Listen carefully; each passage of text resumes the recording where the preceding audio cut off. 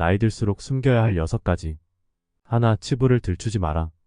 인간관계는 자주 만나다 보면 할 말이 없어진다. 그리고 어느 순간 나의 사생활을 하나씩 이야기하게 된다. 먹었던 음식이나 놀러갔던 곳처럼 사소한 이야기를 하는 건 괜찮지만 얘기하다 보면 이야기가 현재에서 점점 과거로 들어간다. 여기서 문제가 생긴다. 우리는 모두 과거의 부정적인 경험이나 실수를 겪는다. 그리고 그 부정적인 과거를 상대에게 꺼내는 순간 나의 치부가 된다. 상대방에게 한번 뱉은 치부는 내가 없애보려고 해도 없어지지 않는다. 사생활을 상대에게 말하면 말할수록 상대의 손에 더 많은 화살을 쥐어주는 것과 같다. 그리고 어느 순간 그 화살은 나에게 돌아온다. 언젠가는 나에게 상처를 입히는 치부가 되어 돌아온다. 무엇이건 간에 과하면 좋은 것은 없다. 사생활을 털어놓는 게 안 좋다는 걸 늦게 깨달으면 안 된다. 따라서 나이가 들면서는 어떠한 부정적인 과거를 감추고 현재의 긍정적인 변화와 성장에 집중할 필요가 있다. 치부를 드러내는 건 나에게도 좋지 않다. 나의 현재 모습을 부정적으로 볼 수 있기 때문이다. 치부를 감추고 긍정적인 이야기를 나누자. 둘, 절대 생색내지 마라. 나니까 너한테 이렇게 해주는 거야. 이게 나야. 이렇게 주변에는 말만 꺼내면 생색내는 사람이 있다. 왜 그럴까? 인간은 기본적으로 자존감을 지켜야 하는 숙명을 타고난다. 자존감은 곧 나의 존재 이유이기 때문이다. 그렇기에 무슨 행동을 하던 자존감이 부족한 사람들은 나를 지키려고 애쓴다. 생색내는 사람은 성공하면 내 덕분이고 실패하면 남의 탓이라고 한다.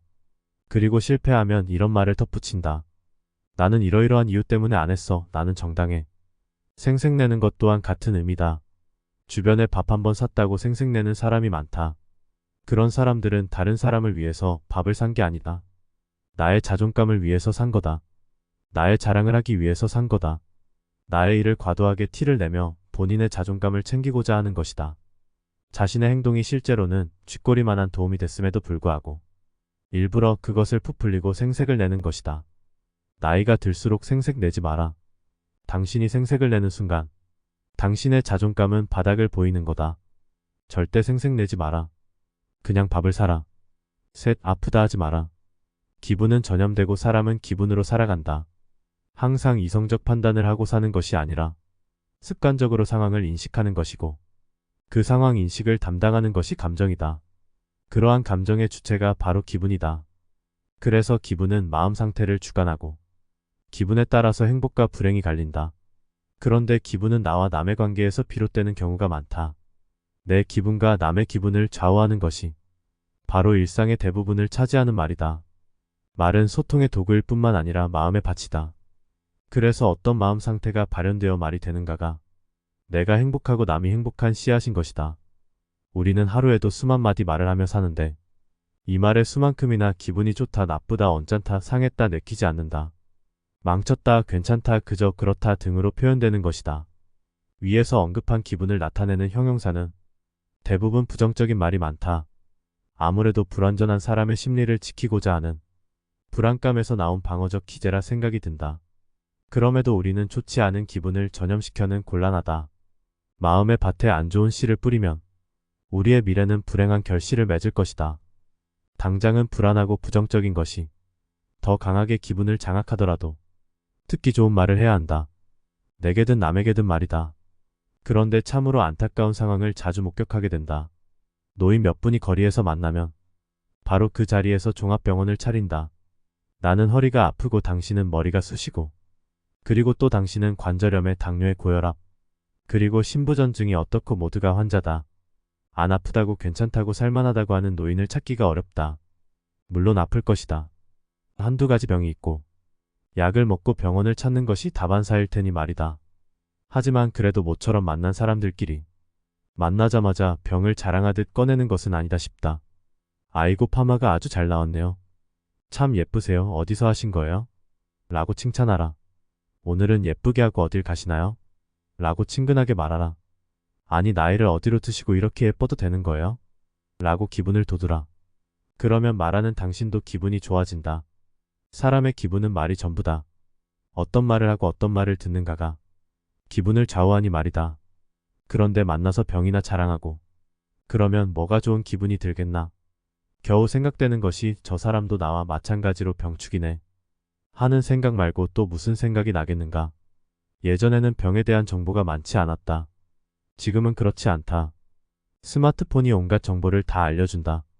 그러니 병 자랑해서 그래 그래 하며 정보를 얻던 시대는 지난 일이다. 모처럼 만나면 이젠 서로 추켜 세워라. 남을 세우면 내가 내려가는 것이 아니라 동반 상승한다. 기분의 속성이다. 기분은 올라가면 즐겁고 기쁘게 된다. 그게 행복이다. 자잘한 말 한마디가 하루를 상쾌하게 만든다.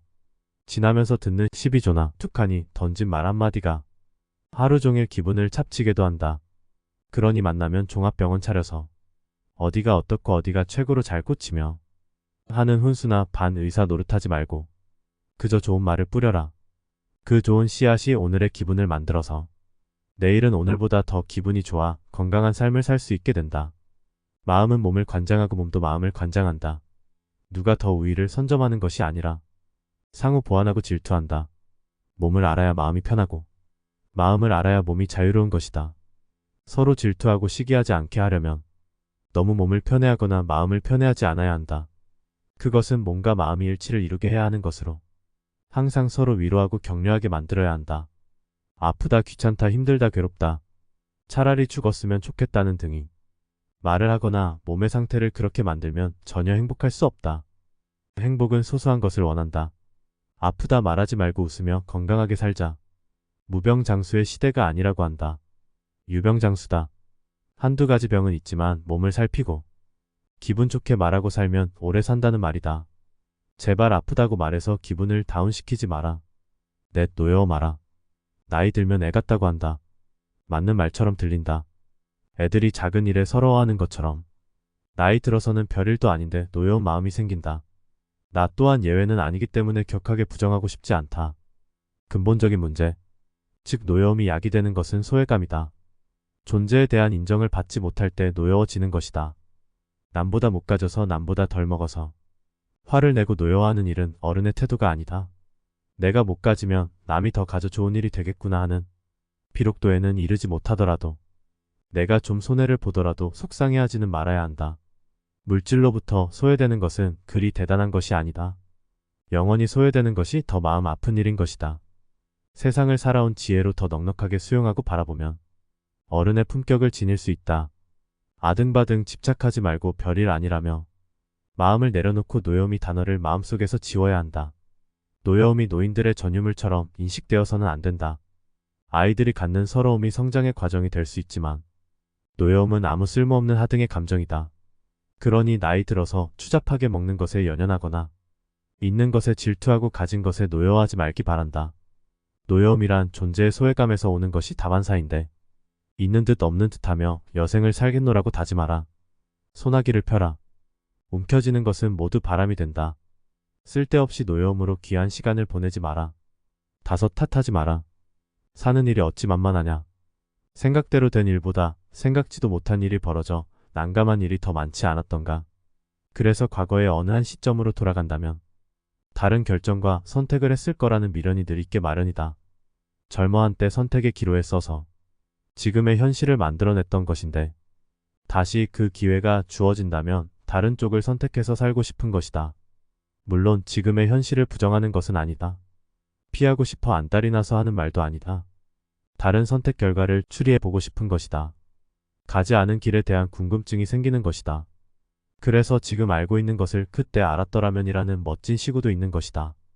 하지만 결과에 초연하게 살 수만은 없는 듯하다.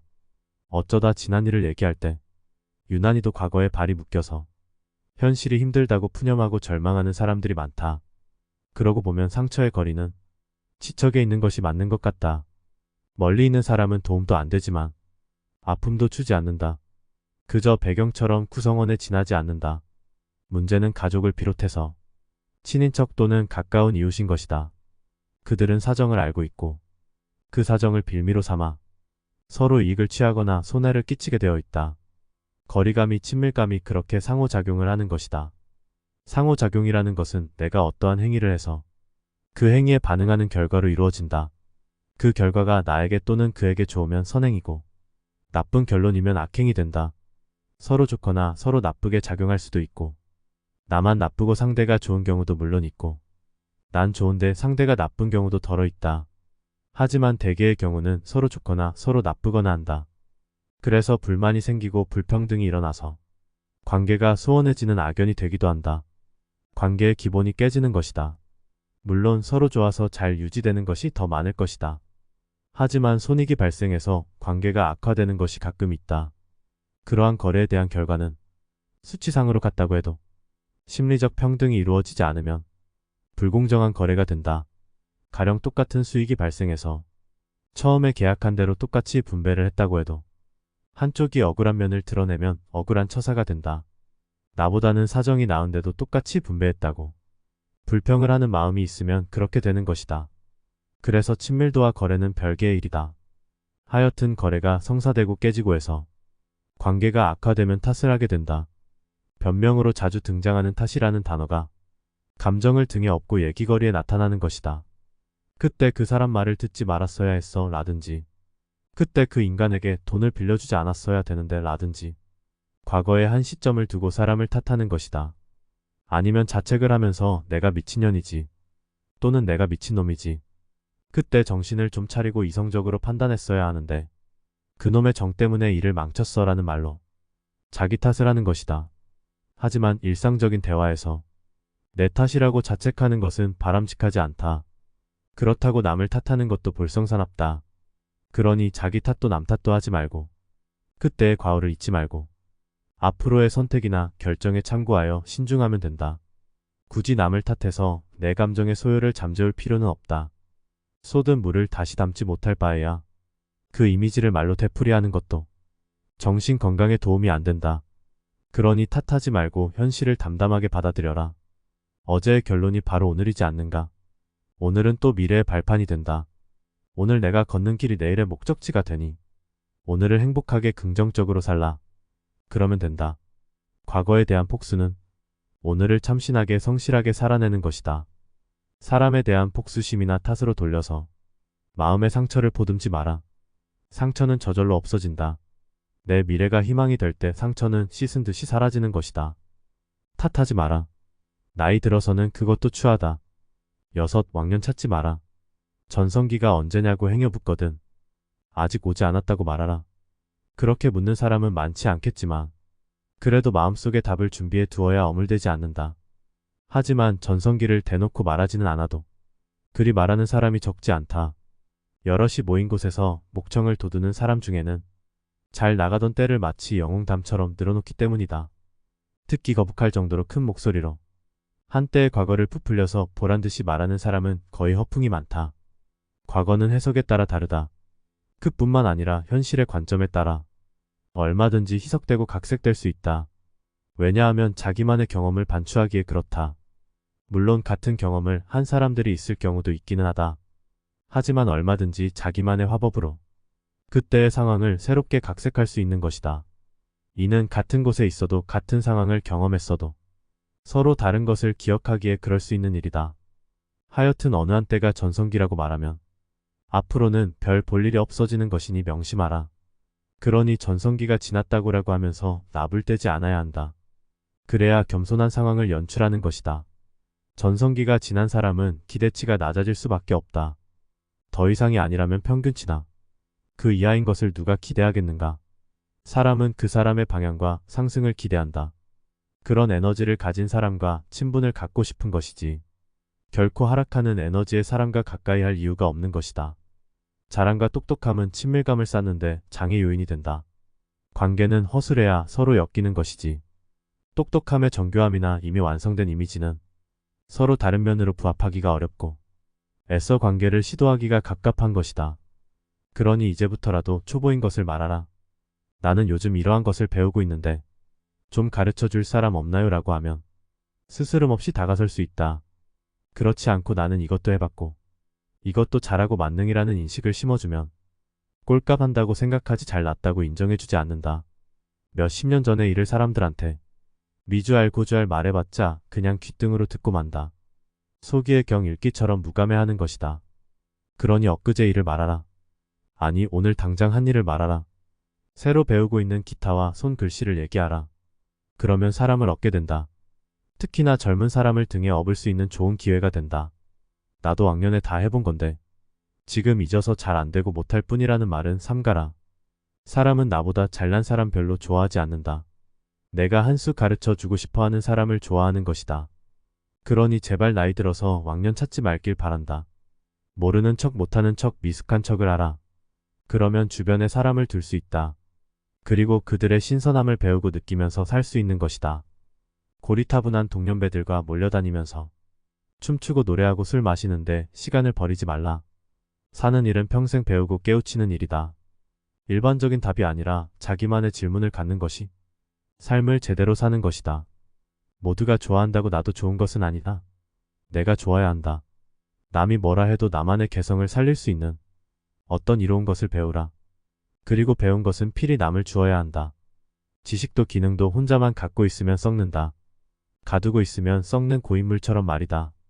배워서 남을 줘야 한다. 하지만 배우는 과정은 겸손해야 하니 전성기 얘기는 꺼내지 말고 잘난 척하지 마라. 현역 시절의 전문성은 가르치고 은퇴 후에는 새로운 것을 겸손하게 배워야 한다. 늘 가르치기만 해서도 안 되고 늘 배우기만 해서도 지혜롭게 사는 것이 아니다. 순환이 몸의 기능이듯이 정신의 순환이 있어야 한다. 그것은 가르치고 배우는 것을 같이 해야 한다는 것이다. 전성기 운운하며 배우기를 멈추고 큰 소리치고 왕년 찾는 사람치고 제대로 된 인물을 못 봤다. 그러니 지난 얘기는 하지 마라. 은퇴 후의 삶이 멋져야 유종의 미를 거둔다. 사람이나 일이나 끝이 좋아야 한다. 늘 말하지만 시작점이 중요한 것이 아니라 마침점이 중요하다. 그 사람 이름 뒤에 물음표가 남으면 우습지 않은가? 누구지? 보다는 멋진 수식어를 남겨라.